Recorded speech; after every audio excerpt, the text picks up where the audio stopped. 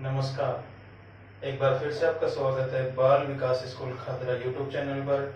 और आज अपन पढ़ेंगे भारत के साथ लगने वाली अन्य देशों की अंतर्राष्ट्रीय सीमा, उन देशों की भारत के साथ जो सीमा बनती है उसकी लंबाई, उन देशों के साथ जो सीमा लगती है उसका नाम, और भारत की समुद्र तटीय जो सीमा है उस पर स्थित राज्य, इनसे संबंधित अध्ययन आज की क्लास में अपन करने जा रहे हैं।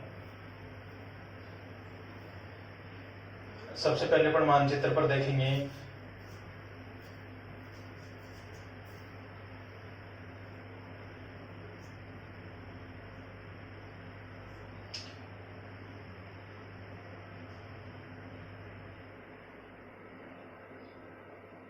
कल अपन ने चर्चा भी की थी कि कौन कौन से देश भारत के पड़ोसी देश हैं। आज अपन विस्तार से इनकी सीमा, लंबाई, कौन कौन से राज्यों के साथ सीमाएं स्पर्श करती है, इनके बारे में चर्चा करेंगे। तो ये भारत का मानचित्र है। भारत के मानचित्र पर अपन पाएंगे कि 7 देश जो हैं, 7 देश भारत के साथ अंतरराष्ट्रीय सीमा बनाते हैं। कई किताबों में आपको 8 देश में मिलेंगे। 8वां देश जो है उसके रूप में जाना जाता है श्रीलंका को, लेकिन श्रीलंका की सीमा जो है वो किसी भी प्रकार से भारत के धरातल को स्पर्श नहीं करती है। इसी कारण भारत के पड़ोसी देशों की संख्या 7 मानी जाती है। अब सबसे पहले अपन बात करते हैं भारत की जो स्थलीय सीमा है उस पर स्थित पड़ोसी देशों के नामों की। तो यहां पर अपन ने कल बात की थी पाकिस्तान, फिर उसके बाद यहां पर अपन ने बात की थी अफगानिस्तान, यहां पर जो देश स्थित था वो चीन, ये नेपाल, यहां पर था भूटान, यहां पर तिब्बत जो भी स्वतंत्र राष्ट्र नहीं है, चीन के अधिकार क्षेत्र में है, और यहीं के जो शासक हुआ करते थे दलाई लामा, जो हमारे हिमाचल प्रदेश के धर्मशाला जिले में अब निवास कर रहे हैं अपने अनुयायियों के साथ। उसके बाद यहां पर एक देश स्थित है जिसे म्यांमार कहा जाता है, इसे बर्मा नाम से भी जाना जाता है। और यहां पर एक पड़ोसी देश है बांग्लादेश। इस प्रकार भारत के पड़ोसी देशों की संख्या है 7। एक पाकिस्तान, दूसरे नंबर पर अफगानिस्तान, तीसरे नंबर पर चीन, चौथे नंबर पर नेपाल, 5वें नंबर पर भूटान, 6वें नंबर पर म्यांमार या बर्मा, और 7वें नंबर पर बांग्लादेश। इन 7 पड़ोसी देश के साथ भारत के कितने राज्यों की सीमा लगती है, तो बात करेंगे अपन 16 राज्य। 16 राज्य इन 7 देशों के साथ सीमा बनाते हैं। 16 राज्य और 2 केंद्र शासित प्रदेश जो भी नए बने हैं वो दोनों केंद्र शासित प्रदेश हैं, लद्दाख और जम्मू कश्मीर। ये दोनों केंद्र शासित प्रदेश और इनके अलावा 16 राज्य मिलकर इन 7 देशों के साथ अंतरराष्ट्रीय सीमा का निर्माण करते हैं। इनके अलावा अब बात करें अपन भारत की तटीय सीमा की, तो भारत की तटीय सीमा पर स्थित राज्यों की संख्या है 9। इन 9 राज्यों में 5 राज्य भारत के पश्चिमी तट की तरफ है और 4 राज्य हैं पूर्वी तट पर। पश्चिमी तट पर स्थित राज्यों का क्रम क्या है, तो सबसे पहले यहां पर गुजरात, फिर ये महाराष्ट्र, फिर गोवा, फिर कर्नाटक, फिर केरल। गुजरात, महाराष्ट्र, गोवा, कर्नाटक, केरल, ये 5 राज्य पश्चिमी तट पर स्थित है। अब पूर्वी तट पर स्थित राज्यों की संख्या है 4। ये 4 राज्य कौन कौन से हैं, तो यहां पर जो राज्य स्थित है वो है तमिलनाडु, यहां पर जो राज्य स्थित है वो आंध्र प्रदेश, यहां पर जो राज्य स्थित है वो उड़ीसा, और यहां पर जो राज्य स्थित है वो है पश्चिम बंगाल। अब बात करते हैं सबसे लंबी सीमा कौन से राज्य की है, तटीय सीमा। कई बार प्रश्न पूछ लिया जाता है कि भारत की तटीय सीमा पर स्थित राज्य में सबसे लंबी तटीय सीमा कौन सा राज्य बनाता है, तो सबसे लंबी तटीय सीमा बनाता है गुजरात। और गुजरात जो लंबी तटीय सीमा बनाता है उसकी लंबाई है 1214.7 किलोमीटर। इसके बाद कई बार गुजरात ऑप्शन में न देकर के और दूसरा ऑप्शन भी दे दिया जाता है, और दूसरे ऑप्शन में होंगे तो उनमें दूसरे नंबर पर आता है आंध्र प्रदेश। तो दूसरी सबसे लंबी सीमा जो तटीय सीमा है वो बनाता है आंध्र प्रदेश 973.7 किलोमीटर। अब ज्यादा का प्रश्न आ सकता है तो कम का प्रश्न भी आ सकता है। तो सबसे छोटी अंतरराष्ट्रीय सीमा बनाने वाला जो राज्य है वो है गोवा, और गोवा जिस तटीय सीमा का निर्माण करता है वो तटीय सीमा है 160 किलोमीटर। जी हाँ, 160 किलोमीटर लंबी जो तटीय सीमा है वो गोवा बनाता है। अब अपन ने बात कर ली अंतरराष्ट्रीय सीमा की और तटीय सीमा की, तो क्या कोई ऐसा भी देश है, सॉरी ऐसा भी राज्य है जो किसी भी प्रकार की सीमा नहीं बनाता है, ना तो तटीय सीमा बनाता है और ना ही अंतरराष्ट्रीय सीमा बनाता है? बिल्कुल है। ऐसे राज्यों की संख्या है 5। 5 राज्य ऐसे हैं जो किसी भी प्रकार की सीमा का निर्माण नहीं करते हैं, और ये 5 राज्य हैं हरियाणा, मध्य प्रदेश, छत्तीसगढ़, झारखंड और तेलंगाना। हरियाणा, मध्य प्रदेश, छत्तीसगढ़, झारखंड और तेलंगाना।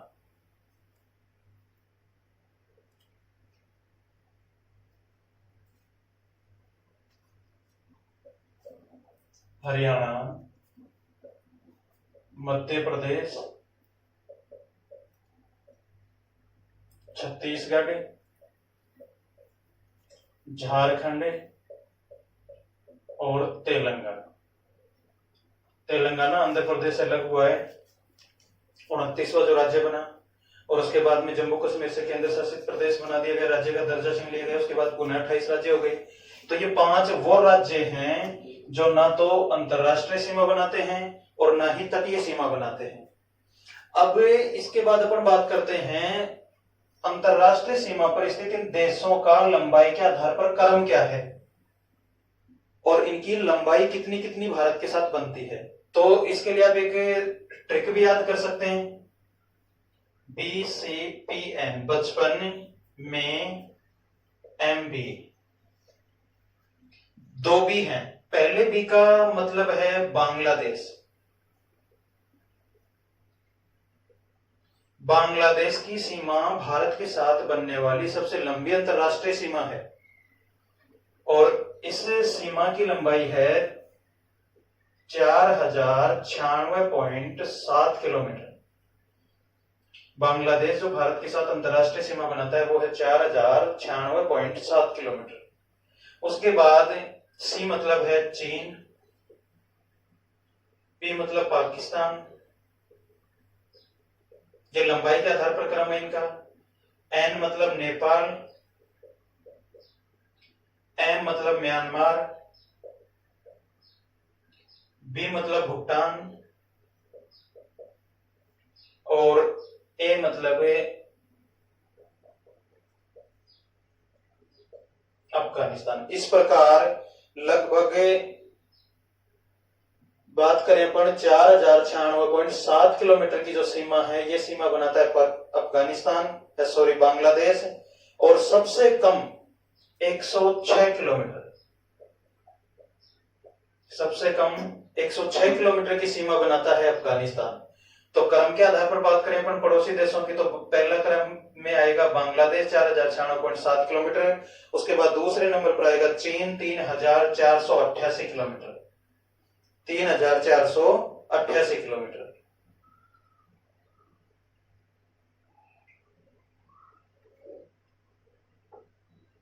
फिर इसके बाद तीसरे नंबर पर पाकिस्तान 3323 किलोमीटर।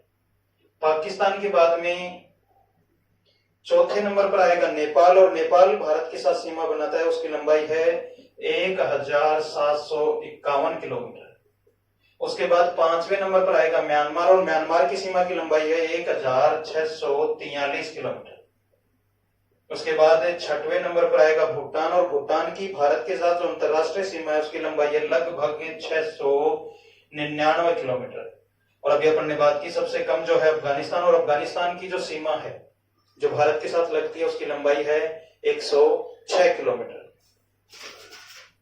अब अपन बात करते हैं सबसे पहले भारत की पाकिस्तान के साथ जो अंतरराष्ट्रीय सीमा, इसका निर्माण कब हुआ, इसको क्या नाम दिया गया है, किस नाम से जाना जाता है, कब ये नाम दिया गया, सीमा का निर्धारण किसने किया, इन सब बातों की अपन आगे चर्चा करते हैं।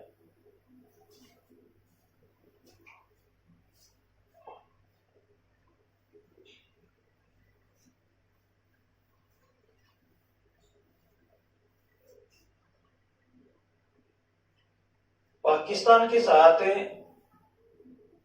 अभी अपन ने बात की अंतरराष्ट्रीय सीमा की जो लंबाई थी 3,323 किलोमीटर, 3,323 किलोमीटर। और इस सीमा को जाना जाता है रेड क्लिफ सीमा रेखा के नाम से, रेड क्लिफ सीमा रेखा के नाम से। इस सीमा का निर्धारण हुआ था 1947 में। 1947 में जब देश आजाद हुआ तब इस सीमा का निर्धारण हुआ था। और इस सीमा पर पाकिस्तान के साथ भारत के कितने राज्य और केंद्र शासित प्रदेश स्थित हैं? तो इस सीमा पर भारत के 3 राज्य और 2 केंद्र शासित प्रदेश स्थित है। अब 3 राज्य कौन कौन से हैं? तो 3 राज्यों में सबसे पहले अपन बात करते हैं पंजाब, दूसरे नंबर पर राजस्थान और तीसरे नंबर पर आता है गुजरात। इस प्रकार की 3 राज्य और अब 2 केंद्र शासित प्रदेश कौन कौन से हैं? तो 2 केंद्र शासित प्रदेश वे ही 2 केंद्र शासित प्रदेश हैं जो नए बने हैं, जम्मू कश्मीर और लद्दाख। लद्दाख पाक अधिकृत कश्मीर के जरिए पाकिस्तान से सीमा का स्पर्श करता है। इस प्रकार आप याद रखेंगे कि 3 राज्य और 2 केंद्र शासित प्रदेश पाकिस्तान के साथ जो अंतरराष्ट्रीय सीमा बनती है उसको स्पर्श करते हैं। अब देखेंगे अपने जम्मू कश्मीर के पास पाकिस्तान की अधिकार क्षेत्र वाला जो हिस्सा है वो कैसा है। यहां पर भारत का सबसे लंबा ऊंचा ग्लेशियर है जिसे कहा जाता है सियाचिन। ये सियाचिन ग्लेशियर है। सियाचिन ग्लेशियर से यहां पर भारत का अंतिम बिंदु है जिसको न जाना जाता है NJ9842 नाम से। ये इस अंतिम बिंदु का नाम है।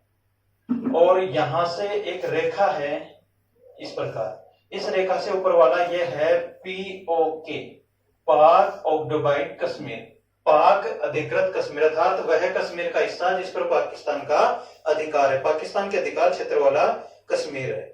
अब बात करते हैं सियाचिन की। तो सियाचिन का भी 1/3, कुल सियाचिन के टुकड़े करें 3 अपन तो 1/3 हिस्सा तो पाकिस्तान के अधिकार में है और 2/3 हिस्सा भारत के अधिकार क्षेत्र में है। इस रेखा से ऊपर वाला ये जो पाक ऑक्युपाइड कश्मीर है इसी के अधिकार क्षेत्र में ये हिस्सा भी आता है, सियाचिन का हिस्सा। और ये कुल सियाचिन जो है ग्लेशियर उसके क्षेत्रफल का लगभग 33% भाग है। इसके बाद अपन बात करते हैं अफगानिस्तान की सीमा की। तो अफगानिस्तान के साथ जो सीमा बनती है,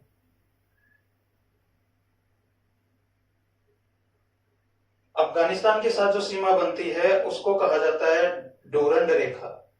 अफगानिस्तान के साथ बनने वाली सीमा रेखा को कहा जाता है डूरंड सीमा रेखा। और इस सीमा रेखा का निर्धारण हुआ 1896 ईस्वी में सर मोर्टिमर डूरंड द्वारा। सर मोर्टिमर डूरंड के द्वारा अफगानिस्तान के साथ जो सीमा बनती है उसका निर्धारण किया गया। डूरंड द्वारा इस सीमा का निर्धारण किया गया 1896 ईस्वी में। इसी कारण इस सीमा रेखा को डूरंड, सर मोर्टिमर डूरंड के द्वारा निर्धारित किए जाने के कारण डूरंड रेखा के नाम से जाना जाता है। और ये सीमा केवल पाक अधिकृत कश्मीर को ही स्पर्श करती है, अर्थात प्रत्यक्ष रूप से अफगानिस्तान की सीमा वर्तमान भारत के साथ स्पर्श नहीं करती है। अब बात करें अपन चीन के साथ। पहला अपन ने पढ़ा था पाकिस्तान, दूसरा अफगानिस्तान और तीसरे नंबर पर जो पड़ोसी देश है वो है चीन। अब चीन के साथ जो सीमा रेखा है, भारत की अंतरराष्ट्रीय सीमा रेखा, उसको कहा जाता है मेक मोहन, मेक मोहन सीमा रेखा।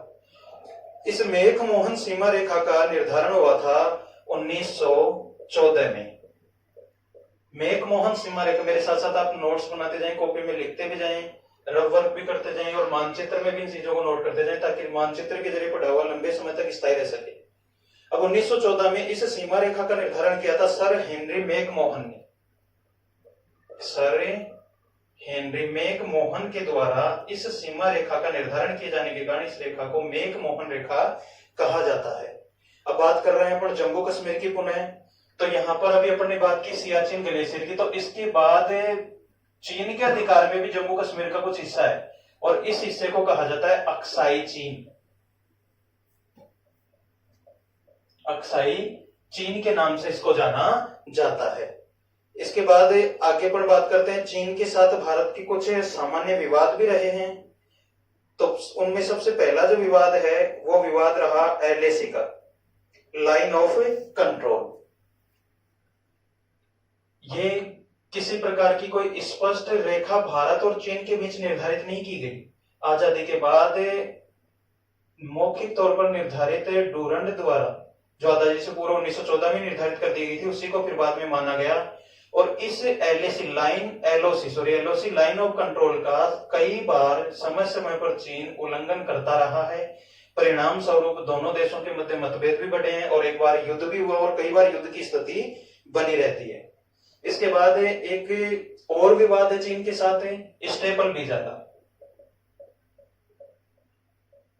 ये स्टेपल वीजा जो है ये एक स्पेशल पास अपन कह सकते हैं, जो चीन अपने यहां, भारत का यहां पर जो राज्य स्थित है वो है अरुणाचल प्रदेश, और चीन अरुणाचल प्रदेश को एक पास जारी करता है। और अक्साई चीन वाला जो भाग है जम्मू कश्मीर का, वह हिस्सा जिसे अक्साई चीन कहा जाता है, अरुणाचल प्रदेश और यहाँ के लोगों को एक पास जारी करता है। इस पास के जरिए ये लोग जब मर्जी चाहें, जितने दिनों तक चाहें, चीन में जाकर के रह सकते हैं और वहां पर अपना व्यापार या व्यवसाय कर सकते हैं। ऐसा क्यों कर रहा है चीन? ऐसा करके ये इन लोगों से अपनी हमदर्दी जोड़ना चाहता है, ताकि जब भी कभी वोटिंग हो या ऐसी कोई स्थिति बने तो ये लोग चीन के पक्ष में मतदान करें और अपने आप को और अपने निवास क्षेत्र को चीन की तरफ करने के हक में अपना वोट दें। तो इस प्रकार अरुणाचल प्रदेश के साथ एक विवाद है चीन का, जिसे स्टेपल वीजा कहा जाता है। इसके बाद अगला विवाद जो है वो डोकलाम विवाद है। डोकलाम विवाद यहां पर भूटान के पास एक क्षेत्र पड़ता है डोकलाम, जो मुख्य रूप से एक जल स्रोत है। यहां पर जो क्षेत्र पड़ता है वो मुख्य रूप से एक जल स्रोत है और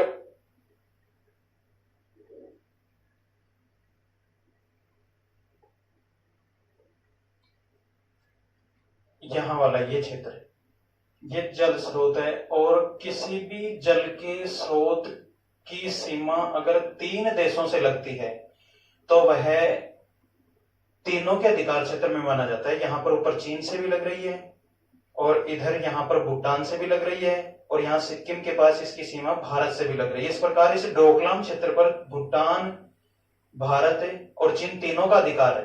अब चीन क्या कर रहा है, चीन पाक व्यापारिक गलियारे का निर्माण कर रहा है, जिसके तहत यहां से सड़क बनकर उस सड़क का निर्माण ये इधर से करके और यहां तक अक्साई चीन से यहां तक लाना चाहता था। यहां पर सियाचिन ग्लेशियर है, इसके बाद इधर से यहां पर सड़क बनी हुई है पाकिस्तान की, यानी यहां तक पाकिस्तान के परिवहन के साधनों का आवागमन होता है। बीच में बाधा केवल ये सियाचिन ग्लेशियर जिस पर भारत का अधिकार है वो है। तो यहां से जो ये मार्ग बनाना चाह रहा था इस पर भारत ने आपत्ति दर्शाई और अब तीनों का अधिकार क्षेत्र होने के कारण अंतरराष्ट्रीय स्तर का मुद्दा हुआ और यूएनओ में गया। उसके बाद यूएनओ के द्वारा इस पर रोक लगाई गई। परिणाम स्वरूप चीन ने इस मार्ग को यहां से न निकालकर यहां से निकाला और इस प्रकार लेकर के गया। तो यह था डोकलाम विवाद, अभी चर्चा में रहा है, इस कारण आप इसको ध्यान में रखें। इसके बाद एक और नीति है इसकी, जो चीन के द्वारा प्रयास किए जा रहे हैं, वो है मोतियों की माला।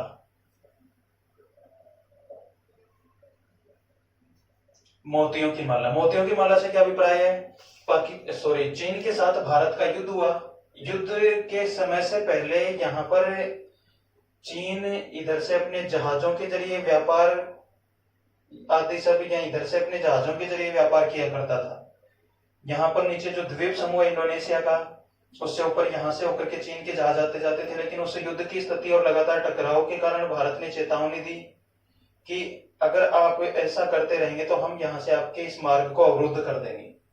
तो चीन ने उसके बाद क्या प्रयास करना शुरू कर दिया कि भारत के आसपास वाला जो क्षेत्र है, जैसे यहाँ पर म्यांमार के पास है, यहाँ पर श्रीलंका के पास है, यहाँ पर पाकिस्तान के अधिकार क्षेत्र वाला यहाँ क्षेत्र है, यहाँ पर दक्षिण अफ्रीका का एक हिस्सा है, यहाँ पर तो अफ्रीका महाद्वीप में यहाँ पर दक्षिण अफ्रीका महाद्वीप का सबसे दक्षिण वाला देश है, ये अफ्रीका महाद्वीप है यहाँ पर। तो इसके पास यहाँ पर एक बंदरगाह विकसित कर लिया। ऐसे अनेक बंदरगाह उसने कई वर्षों की लीज पर लेकर के विकसित कर लिए, जिससे कि इस सागरीय क्षेत्र में अपनी आवश्यकता की गतिविधियों का निष्पादन भी कर सके और भारत के साथ टकराव या युद्ध की स्थिति होने पर उसके आवागमन में बाधा न बने और आसानी से भारत को चारों तरफ से वो घेर सके। इसके लिए उसने एक योजना बनाई जिसे मोतियों की माला कहा जाता है। अब बढ़ते अपन भारत और नेपाल की सीमा। भारत और नेपाल की सीमा, नेपाल यहां पर स्थित है